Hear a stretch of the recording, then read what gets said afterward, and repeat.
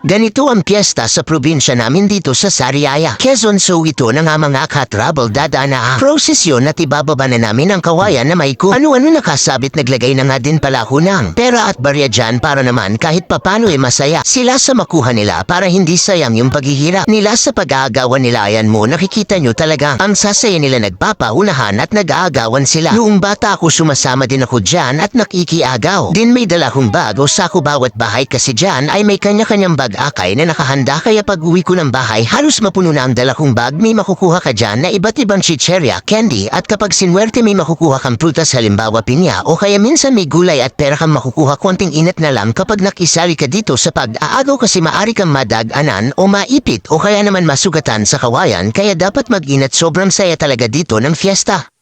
Sana ay magpatuloy pa at hindi mawala ang ganitong kinagisnan natin. Happy Fiesta Water Club, Barangay Santo Cristo, Sariaya, Quezon.